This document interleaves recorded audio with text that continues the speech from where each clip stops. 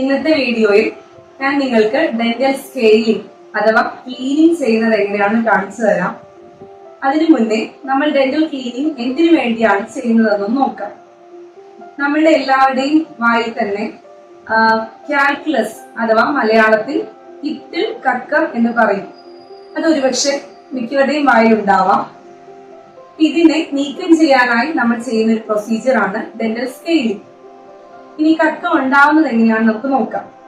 നമ്മൾ കഴിക്കുന്ന ഭക്ഷണ പദാർത്ഥങ്ങളുടെ അവശിഷ്ടങ്ങൾ, അതുപോലെ വായിൽ ഉമിനീര്, ഉമിനീരിൽ ഉണ്ടാവുന്ന അണുക്കൾ, ഇവയെല്ലാം ചേർന്ന് പ്രവർത്തിച്ച് ഉണ്ടാവുന്ന ഒരു കാൽസിഫൈഡ് മാസ് ആണ് ഡെന്റൽ കാൽക്കുലസ് അഥവാ കക്ക എന്ന് പറയും. ഇത് എപ്പോഴാണ് ഉണ്ടാവുന്നതെന്ന് വെച്ചാൽ ഭക്ഷണ പദാർത്ഥങ്ങൾ യഥാസമയം പല്ലിൽ നിന്ന് നീക്കം ചെയ്യപ്പെടുന്നില്ലെങ്കിൽ, അതായത് നമ്മൾ എന്ത് ഭക്ഷണം കഴിച്ചാലും ഉടനെ തന്നെ വായ കഴുകണം, അതുമല്ലെങ്കിൽ രാവിലെയും രാത്രിയും ബ്രഷ് ചെയ്തിരിക്കണം. അപ്പോൾ കാൽക്കുലസ് പിടിക്കാനുള്ള ഒരു പ്രധാന കാരണമാണ് വായുടെ ശുചിത്വം. എന്നിരുന്നാലും ഈ ഒരു ശുചിത്വം കൊണ്ട് മാത്രമല്ല കക്ക ഉണ്ടാവുന്നത്. മറ്റു കാരണങ്ങളാണ് ഷുഗർ, ഡയബറ്റീസ് മൂലം നമുക്ക് മോണരോഗം ഉണ്ടാവാം, അതുപോലെ തന്നെ ഹോർമോണൽ ഇംബാലൻസ്. അതിനൊരു എക്സാമ്പിൾ ആണ് പ്രഗ്നൻസി. പ്രഗ്നൻസി പീരീഡിൽ നമുക്ക് പ്രൊജസ്ട്രോണും ഈസ്ട്രോജനും ഒക്കെ ലെവൽ ഒത്തിരി കൂടിയിരിക്കും. അത് കൂടാതെ തന്നെ നമുക്ക് റിപ്പീറ്റഡ്ലി വോമിറ്റിംഗ് ഉണ്ടാവുമ്പോൾ അതൊക്കെ മൂലം വായുടെ ശുചിത്വം പാലിക്കാൻ പാടാണ്. ഈ ഒരു ഹോർമോണൽ ഇംബാലൻസ് മൂലവും നമുക്ക് മോണരോഗം ഉണ്ടാവും. അതുപോലെ വേറൊരു ഘടകമാണ് സ്ട്രെസ്. നമുക്ക് ഒത്തിരി ആൻസൈറ്റി ഉണ്ടെങ്കിൽ മിക്കവരിലും പല്ല് കൂട്ടി കടിക്കുന്ന ഇറുമ്പുന്നൊരു ശീലമുണ്ട്. അത് പല്ലിന്റെ ആ ഒരു മോണയെ ബാധിക്കാറുണ്ട്. അങ്ങനെ മറ്റു പല കാരണങ്ങൾ കൊണ്ടും മോണരോഗം ഉണ്ടാവാം.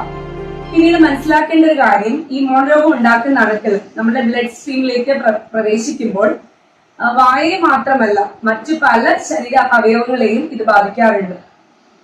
ഇപ്പോൾ കണ്ടുപിടിക്കപ്പെട്ടിരിക്കുന്ന സ്ട്രോക്ക്, അതുപോലെ കാർഡിയാക് ഹൃദയ സംബന്ധമായ അസുഖങ്ങൾ, അതുപോലെ തന്നെ ഉമിനീരിലൂടെ ഈ അണുക്കൾ കലർന്ന് ശ്വാസകോശത്തിൽ എത്തുന്നത് മൂലം ശ്വാസകോശ സംബന്ധമായ അസുഖങ്ങൾ, ഇങ്ങനെ മറ്റു പല അസുഖങ്ങൾക്കും ഈ വായിലെ കാൽക്കുലസിലുള്ള അണുക്കൾ കാരണമാണ്.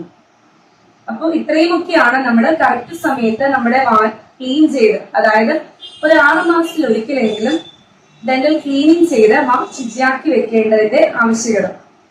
നമുക്ക് ഡെന്റൽ ക്ലീനിങ് എങ്ങനെയാണ് ചെയ്യുന്നത് ഞാനിപ്പോ ഒരു കേസ് നിങ്ങൾക്ക് കാണിച്ചു തരാം.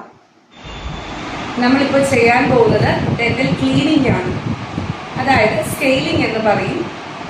പല്ലില് കക്ക പിടിച്ചിരിക്കുമ്പോൾ അഥവാ കാൽക്കുലസ് എന്ന് പറയുന്ന ഒരു ആവരണം പല്ലിന് പുറമെ ഉണ്ടാവുമ്പോൾ അതിൽ നിന്നുള്ള അണുക്കൾ പ്രവർത്തിച്ചിട്ട് നമ്മുടെ ചുറ്റുമുള്ള എല്ല് നഷ്ടപ്പെടാനും, അതുപോലെ മോണയ്ക്ക് പഴുപ്പുണ്ടാവാനും പല്ലുകൾക്ക് ഇളക്കം വരാനും ഒക്കെ ചാൻസ് ഉണ്ട്.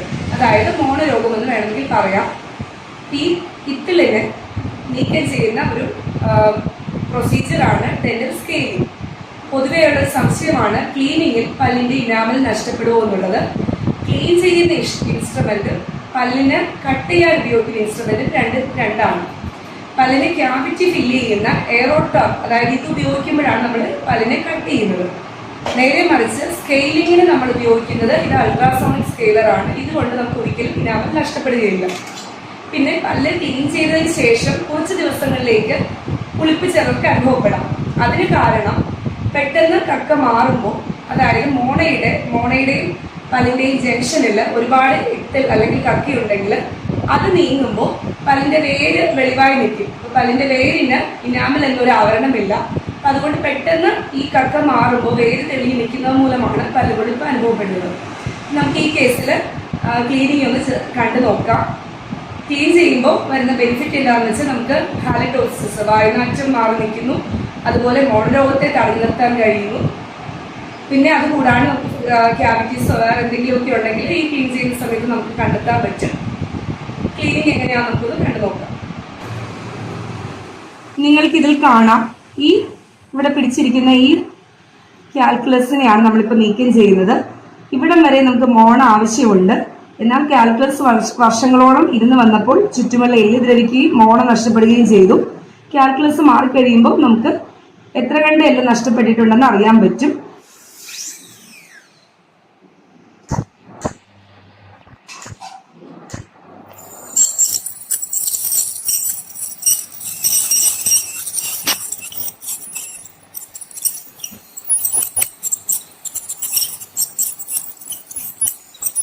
അത്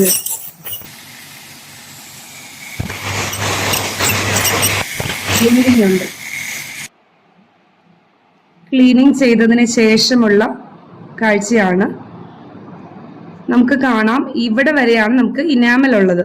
ഇതാണ് പല്ലിന്റെ മുകൾ ഭാഗം. എന്നാൽ നേരെ മറിച്ച് ഇത് കാണുന്നത് പല്ലിന്റെ വേരാണ്. ഇവിടെ ഇരുന്ന മോണയാണ് ഇറങ്ങി ഇവിടെ വരെ എത്തിയിരിക്കുന്നത്. അത് കൂടാണ്ട് നമുക്ക് കാണാൻ കഴിയുന്ന കാഴ്ചയാണ് മറ്റ് പല്ലുകളേക്കാൾ ഇതിന് ഹൈറ്റ് ഉണ്ട്. അതായത് മോണരോഗം വരുമ്പോൾ പല്ലുകൾ ഊരിപ്പോരും, ഇളകി വരും. അതുകൂടാതെ പല്ലുകൾക്കിടയിലുള്ള വിടവ്, അകൽച്ച ഇതെല്ലാം മോണരോഗത്തിന്റെ ലക്ഷണമാണ്. അതുപോലെ തന്നെ ബ്ലീഡിങ്, ചുവന്ന് തൊടുത്തിരിക്കുന്ന മോണയാണ് ചുറ്റുമുള്ളത്. അത് ക്ലീൻ ചെയ്യുന്ന സമയത്ത് ചെറിയ ബ്ലീഡിങ് ഉണ്ടാവും. ഇതൊക്കെയാണ് ക്ലീനിങ് ചെയ്തതിന് ശേഷമുള്ള കാഴ്ച. അപ്പൊ നമ്മൾ മിനിമം ഒരു 6 മാസത്തിൽ ഒരിക്കലെങ്കിലും ക്ലീൻ ചെയ്തിരിക്കണം. ഇതുപോലെയുള്ള മോണ ഇറക്കത്തെ നമുക്ക് തടയാൻ കഴിയും.